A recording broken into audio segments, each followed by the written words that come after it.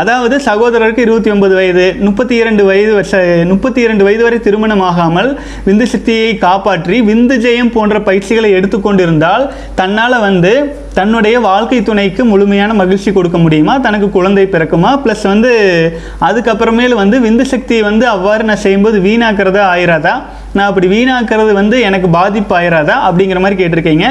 சகோதரர், ஒரே ஒரு விஷயந்தான். இப்போ வந்து நீங்கள் வந்து பார்த்தீங்கன்னா 29 வயதில் இருக்கீங்க, விந்து சக்தி வீணாக்காமல் ஒரு 3 வருட டைம் இருக்குது. நீங்கள் தாராளமாக யோகிக் செலிபஸியில் விந்து ஜெயம் போன்ற பயிற்சிகள், அதாவது நாம் சொன்ன வழிமுறைகளோடு, யோகிக் செலிபஸிங்கிறது ரெஸ்ட்ரிக்ஷனோடு இருக்குது. ஆகவே அதை நீங்கள் நோட் பண்ணிக்கணும். ஜாலியாக என்ஜாய்மெண்ட் கிடையாது, என் கூட பயணம் செய்கிறது கடுமையான பயணம். அது நீங்கள் பயிற்சி எடுத்து செய்ய செய்ய செய்ய நீங்கள் வந்து தன்னைத்தானே ஒரு உளி எடுத்து நீங்கள் செதுக்கிக்கிற மாதிரி தான். நம்ம வந்து என்னென்னா அந்த உளி எப்படி செதுக்கிறது அப்படிங்கிறத நம்ம சொல்லித்தரோம். அது சிறிது கடினமான பயணமாக இருந்தாலும் end of the day result வந்து உங்களோட உயிராற்றலை வீணாக்காமல் நீங்கள் காத்து நிற்கிறீங்க. அதில் வந்து பார்த்தீங்க அப்படின்னா நீங்கள் முழுமையாக வெற்றி அடைவீங்க. இதில் இன்னொரு ரகசியம் என்னென்னு கேட்டிங்கன்னா, விந்து ஜெயம் பயிற்சி நம்ம இனப்பெருக்க வேலை செய்யும்போது மட்டும் செய்கிறது இல்லைங்க. அதாவது நான் வருமுன் காப்போம் அப்படிங்கிற ஸ்டோரி நிறைய தடவை சொல்லியிருப்பேன்.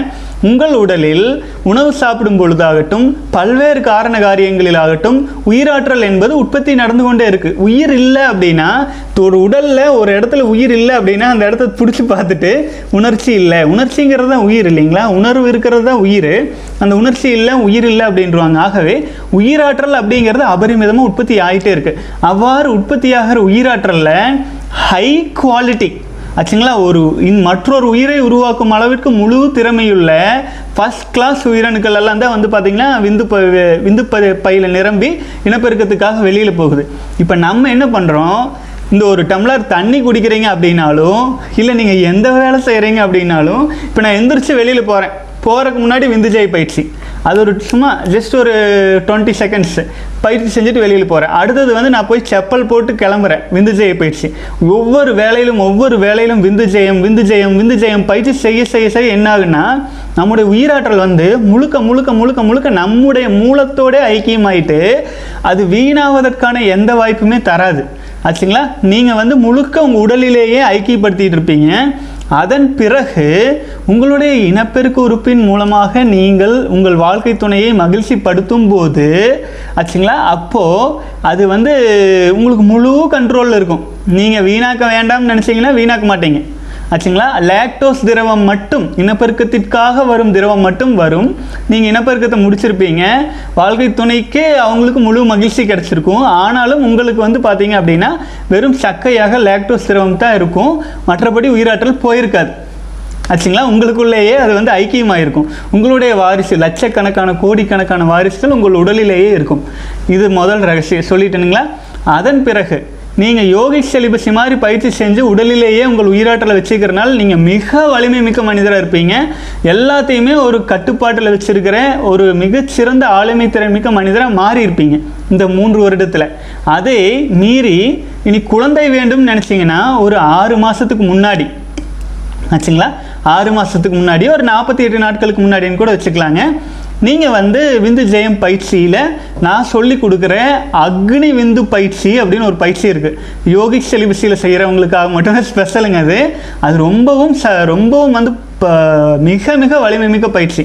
அந்த பயிற்சியை அக்னி காந்த விந்து பயிற்சி அப்படிங்கிற விந்து ஜெயமில் வர்ற அந்த பயிற்சியை மட்டும் நிறுத்த சொல்லிடுறேன் 6 மாதத்துக்கு முன்னாடி. அப்படி நீங்கள் செய்யும்போது என்ன ஆகுன்னா, உங்களுடைய உயிராற்றல் வந்து பார்த்தீங்கன்னா அது கண்ட்ரோல் குறைஞ்சிரும் ஆச்சுங்களா. அப்போ என்ன ஆகும், ஒரு டேப் இருக்குது, நீங்கள் நல்லா இருக்க மூடி வச்சிடுறீங்க. அப்போது அது வந்து அக்னி காந்த விந்து பயிற்சி ஆச்சுங்களா. டேப் நல்லா டைட் பண்ணி கீழே ஷீல்டு பண்ணி விட்டுறது. அதுக்கப்புறமேலு நீங்கள் வந்து ஓகே நீ குழந்தை வேணும் அப்படின்னு நீங்கள் முடிவு பண்ணோன்னா, அந்த பயிற்சி செய்கிறத இப்போ பிடிச்சிருக்கீங்க, பயிற்சி செய்கிறத விட்டுறீங்க, கொஞ்சம் கொஞ்சமாக லூஸ் விட்டுறீங்க. அப்போ என்ன ஆகும், உடல் முழுக்க உயிராற்றல் இருக்கிறனால இனப்பெருக்க உணர்வு வரும் பொழுது தன்னை போல ஹை கிளாஸ் உயிரணுக்கள் போய் இனப்பெருக்க உறுப்பில் நிறைஞ்சு அது வெளியில் வரும்போது குழந்தை பிறக்கும். குழந்தை பிறக்கும்போது விந்து சக்தி வீணாகத்தான் செய்யும். அது வந்து நம்ம தவிர்க்க முடியாத விஷயம். உயிராற்றலை உயிரணுக்களை வெளியில் கொடுக்காம குழந்தை பெற்றுக்க முடியாது இல்லைங்களா? குழந்தை பிறந்த பிறகு அதன் பிறகும் நம்ம வாழ்க்கை துணைக்கு தேவை மகிழ்ச்சி கொடுக்கணும் அப்படின்னா அப்புறம் வந்து நீங்கள் விந்து ஜெயம் பயிற்சியை ஒரு 48 நாட்களுக்கு இந்த ஐயப்பன் கோயில் மாலைக்கு போகிற மாதிரி ஒரு விரதம் மாதிரி எடுத்துட்டு திரும்பவும் அக்னி காந்த விந்து பயிற்சிகள்லாம் செய்ய ஆரம்பிச்சிங்கன்னா அந்த 48 நாளில் திரும்பவும் நல்லா டைட் பண்ணிடுறீங்க டேபை. அதுக்கப்புறமேல் உங்களுக்கு உணர்வு வரும், லாக்டோஸ் திரவம் வரும், அதோடு உங்கள் வாழ்க்கை துணையை மகிழ்ச்சிப்படுத்திடுவீங்க. நீங்கள் உங்களுடைய முழுமையான உயிராற்றலோடு நிலைச்சி நிற்பீங்க. புரிஞ்சிருச்சிங்களா? இதுதான் இது. அதாவது இதுக்கு வந்து நீங்கள் அந்த நேரத்தில் மட்டும் பயிற்சி செஞ்சீங்கன்னா உன்னால் கண்ட்ரோல் பண்ண முடியாது. வாழ்வே தவமாகணும், தவமே வாழ்வாகணும். அதுதான் நம்ம பயிற்சி முழுக்க முழுக்க முழுக்க சொல்லி கொடுத்துட்ருக்கிறதுங்க. ஒரு நாள் 1 நிமிடம் 1 மணி நேரம் மட்டுமே தவம் செஞ்சுட்டு வாழ்க்கை பூரா கட்டுப்பாட்டுக்குள்ளே கொண்டு வர்றேன்னா முடியாது ராஜா, முடியாது. ஆகவே நம்ம தவமே வாழ்வாக மாறும். நம்ம செய்கிற செயலில் நம்மிடமிருந்து வெளியாகும் காந்தம் ஒவ்வொன்றுக்கும் அக்கௌண்டபிலிட்டி இருக்கும். நம்ம இது செய்யணும்னா அப்படின்னா இது வந்து பார்த்தீங்க அப்படின்னா நம்ம வாழ்க்கையில் பயனுள்ளதாக இருக்கணும். நம்ம வாழ்க்கையில் ஏதேனும் ஒன்றை வீணாக்குறோம் அப்படின்னா அது நம்ம வாழ்வின் முன்னேற்றத்துக்கானதாக இருக்கணும். அந்த மாதிரி நினச்சி அந்த மாதிரி வாழ்கிறத சித்தர்களின் வாழ்க்கை. இப்போது பெண்ணின்பால் இந்திரியம் விடும்போதெல்லாம் பேணி வளம் நோக்கி மேல் நோக்கி அவத்தில் நெல்லுன்ட்டு அகத்திய சித்தர் சொல்லியிருக்காரு இல்லைங்களா? அவர் என்ன சொல்லியிருக்காரு? இந்த மாதிரி உணர்ச்சி ஆயிக்கோ, இந்த மாதிரி அதாயிக்கோ, இந்த படங்கள் பார்க்குற மாதிரி அதெல்லாம் பார்த்து நல்ல உடம்பு சூடு பண்ணிக்கோ, அத்தனை உயிராற்றலையும் வெளியில் கொட்டிட்டு வந்துரு அப்படி சொல்ல அவர் சிவநிலையில் இருக்க சொல்கிறாரு, மேல் நோக்கி நிற்க சொல்கிறாரு, கீழே போக சொல்ல. நீங்கள் வந்து காம உணர்வில் தகிக்க வேண்டியதில்லை, நீங்கள் நார்மலாக இருக்கலாம். ஆனால் உங்கள் கூட இருக்கிறவங்களுக்கு வந்து அந்த இன்பம் இயல்பாக கிடச்சிரும். சரிங்களா? உங்களுக்கு அதுதானே வேணும்.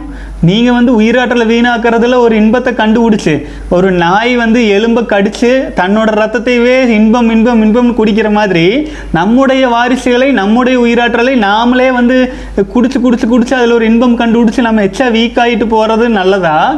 இல்லை நம்முடைய உயிராற்றலை நம்மளே பத்திரப்படுத்தி வச்சுட்டு நம்ம வந்து அந்த எலும்பை கடித்தாலுமே ஒரு கடிச்சு பார்த்துட்டு தூக்கி அந்த பக்கம் வீசிட்டு போயிட்டே இருக்கணும். அப்போ தான் நம்ம வாழ்க்கையில் நம்ம பிறந்ததுக்குன்னு ஒரு காரணம் இருக்குல்ல.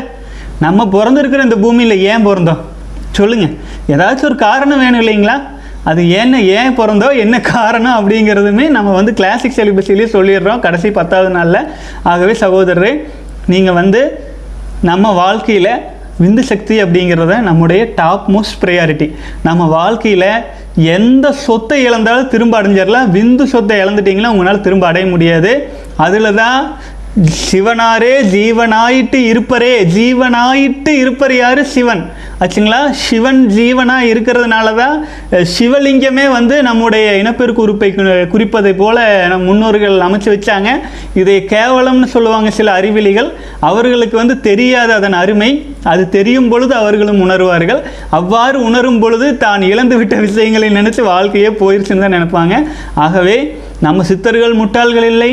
நம்ம சித்தர்களுக்கு வெக்கம், மானம், சூடு, சொரணை அதெல்லாம் வச்சு அவங்க வாழ்க்கையில் பயந்து ஒளிஞ்சிக்கல. அவங்க வந்து எது வாழ்க்கையில் சரி எது வாழ்க்கையில் தவறு அப்படின்னு எடுத்துகிட்டு போயிட்டு இருந்தாங்க.